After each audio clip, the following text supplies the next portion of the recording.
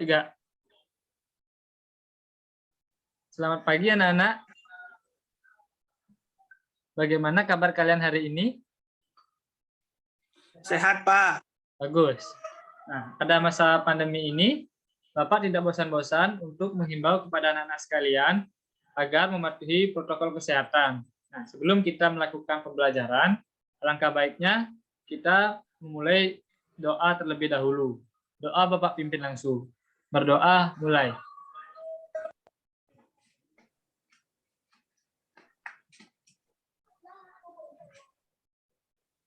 Selesai. Anak-anak, apakah kalian sudah melakukan absensi di classroom? Sudah, Pak. Bagus. Nah, sekarang untuk meningkatkan semangat belajar, Bapak akan mengajak kalian untuk menyanyikan lagu 17 Agustus 1945. Kita mau nyanyi bersama-sama. 1, 2, 3.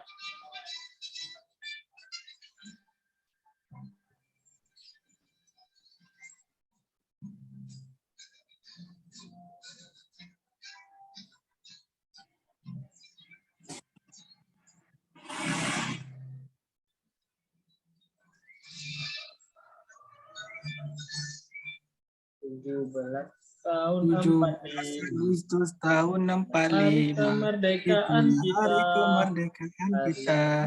Hari merdeka Nusa dan bangsa. Hari lahirnya bangsa Indonesia. Merdeka. Merdeka tetap merdeka. hayat masih Masih di kandung badan. tetap Tetap setia pertahankan Indonesia, kita tetap setia negara kita. Nah, di sini kita akan belajar dengan tema ekosistem, subtema 1 yaitu komponen ekosistem. Kemudian capaian yang ingin dicapai itu yang pertama, dengan membaca teks bacaan yang dikirim melalui aplikasi WA, siswa dapat menuliskan ringkasan bacaan secara benar. Yang kedua, dengan mencermati gambar peta daerah yang dikirim melalui aplikasi WA, siswa dapat menggambarkan peta dengan warna yang berbeda untuk tampak ketampakan alam secara tepat. Nah, yang ketiga, dengan menyimak video, siswa dapat membuat clipping yang menunjukkan usaha persatuan dan kesatuan yang dilakukan oleh pemerintah dan masyarakat secara benar.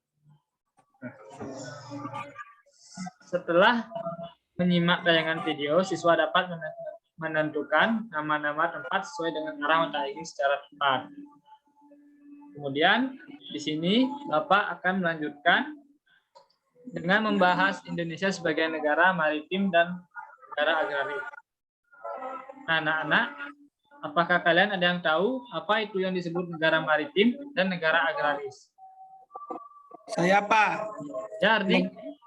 Negara maritim sebagian besar bekerja sebagai nelayan, sedangkan negara agraris sebagian besar bekerja sebagai petani, Pak.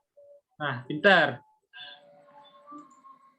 Negara maritim itu merupakan negara yang memiliki luas laut lebih besar dibandingkan dengan luas daratan yang terdiri atas pulau-pulau. Nah, kemudian, negara agraris merupakan yang sebagian penduduknya bekerja sebagai petani yang mengolah lahan pertanian. Kemudian, Indonesia memiliki banyak gunung berapi.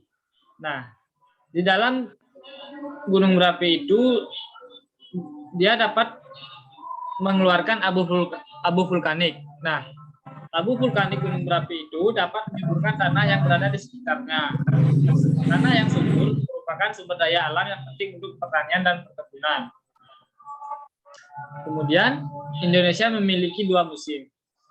Nah, keberadaan negara Indonesia sebagai negara tropis juga sangat menguntungkan.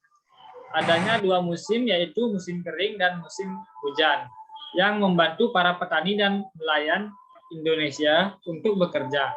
Kekayaan laut dan pertanian merupakan sumber daya andalan Indonesia. Nah, dengan mengetahui perbedaan warna pada peta, kita dapat membedakan tingkat ketinggian daratan dan kedalaman lautan. Daerah dengan dataran tinggi seperti pegunungan, biasanya penduduknya bertani sayuran. Nah, kemudian daerah yang lebih rendah, biasanya penduduknya bertani padi dengan mengolah sawah. Usaha mempertahankan negara kesatuan Republik Indonesia. Pemikiran tentang pentingnya persatuan dan kesatuan bangsa untuk mewujudkan negara yang berdaulat tidak lepas dari pengaruh berdirinya organisasi Budi Utomo. Nah, Budi Utomo ini berdiri pada tanggal 20 Mei 1908. Dr. Wahidin Sudirohusodo ingin mengubah cara berjuang rakyat Indonesia dari perjuangan fisik kepada cara perjuangan melalui pendidikan. Ide ini menarik perhatian seorang mahasiswa Skopje bernama Sutomo, yang akhirnya mendirikan organisasi modern pertama di Indonesia yang diberi nama Budi Utomo. Perjuangan Dr. Wahidin Sudirohusodo dan Dr. Sutomo adalah berusaha membangkitkan kesadaran masyarakat Indonesia kala itu terhadap pentingnya persatuan dan kesatuan bangsa tanpa perlu mempersalahkan perbedaan agama dan suku. Kemudian, Jenderal Sudirman dan Bung Tomo merupakan dua dari sekian banyak tokoh nasional yang terkenal berani melawan kekuatan asing yang mengancam kesatuan negara Indonesia. Nah, kedua tokoh tersebut berjuang sekuat tenaga untuk mempertahankan kemerdekaan Indonesia yang telah diproklamasikan pada tanggal 17 Agustus 1945. Pada masa kini, usaha mempersatukan bangsa sering terancam oleh gerakan-gerakan dalam masyarakat yang ingin memecah belah negara kesatuan Republik Indonesia, seperti gerakan Aceh Merdeka di Aceh dan gerakan organisasi Papua Merdeka di Papua, merupakan gerakan masyarakat yang ingin memisahkan diri dari NKRI pada masa Orde Baru.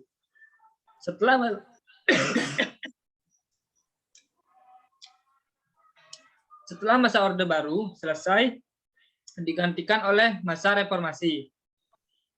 Para pemimpin nasional pada masa itu berusaha keras melakukan perundingan untuk meredam aksi perpecahan tersebut. Nah, upaya-upaya yang dapat dilakukan untuk menjaga keutuhan NKRI itu, yang pertama, satu, mengamalkan nilai-nilai Pancasila dalam kehidupan sehari-hari. Kedua, menggelorakan semangat Bhinneka Tunggal Ika sebagai persatuan bangsa. Yang ketiga, menjalankan kehidupan berbangsa dan bernegara sesuai Undang-Undang Dasar 1945. Yang keempat, melaksanakan usaha pertahanan negara. Nah, sekarang Bapak mau bertanya sekali lagi. Coba sebutkan upaya-upaya lain untuk menjaga keutuhan NKRI. Saya, Pak. Ya, Ardi lagi. Saling menghargai satu sama lain dan tolong menolong. Nah, tepat sekali. Nah, pada pembelajaran kali ini Bapak cukupkan saja ya.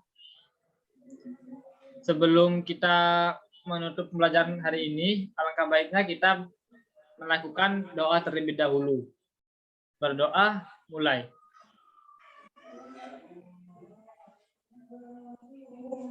Selesai. Silakan anak-anak melanjutkan aktivitas kalian masing-masing. Kalian boleh keluar room. Selamat pagi.